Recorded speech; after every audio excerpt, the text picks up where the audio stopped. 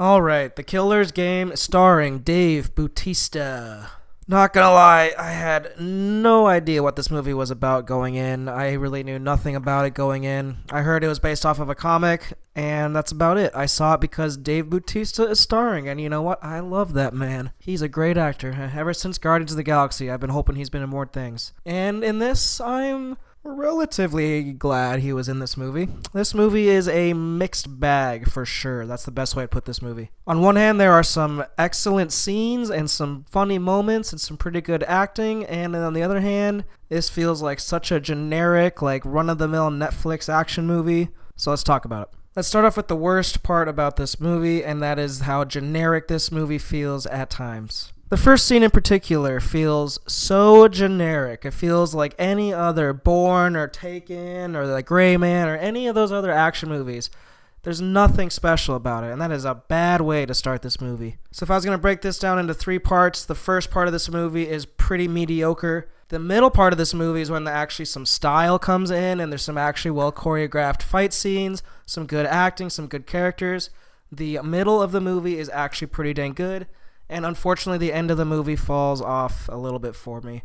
I don't love the ending part of the movie. The climax is mediocre at best. Something that really upset me in this movie, and I mean really upset me, it was very, very obvious, is the use of fake blood, as in CGI, computerized digital blood. It looks like straight out of After Effects or 3ds Max. This whole movie, with maybe 1 or 2 exceptions, this whole movie, guys, is fake blood. It just takes you out. Slit in the throat, stabbing, literally something that should be like a squib. Like simple gunshots, they just decide to do digital. And there's sometimes it looks okay, but for the most part, it looks like shit. Continuing with the bad, I am a very cinematography first kind of guy. I really love cinematography in films. This one, unfortunately, is just average. It's just average. Nothing really stands out as, wow, that was a cool shot. Just kind of lining in with a generic action film. Everything gets the job done, but nothing necessarily looks good. The same goes with the music. The music is forgettable. Couldn't hum a single tune coming out of that. So that is a lot of bad, but there are some good. Thankfully, Dave Bautista does a pretty good job in my opinion. He reminds me of the old Arnold Schwarzenegger. When he's well cast, he does pretty good. I also really liked Terry Crews in this, and it was a treat to see Ben Kingsley as well.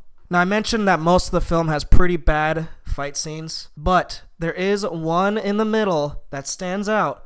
For some reason, it seems like they put extra effort into this fight scene that involves Dave Bautista and like 5 gang members, and I think it was actually very well done.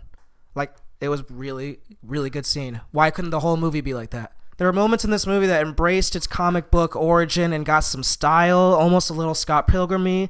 And I wish there was more of that in this movie. They should have leaned into the style more so it actually differentiated itself from every other action movie. If I was going to recommend this movie, I would say best case scenario, see it on a Wednesday for matinee price at like 1 o'clock. I was one of 3 people in the movie theater. I was kind of on my phone here and there, and I enjoyed it. Didn't love it, but I had a good time. Anyway, thanks for watching. Subscribe if you're cool. Talk to you later.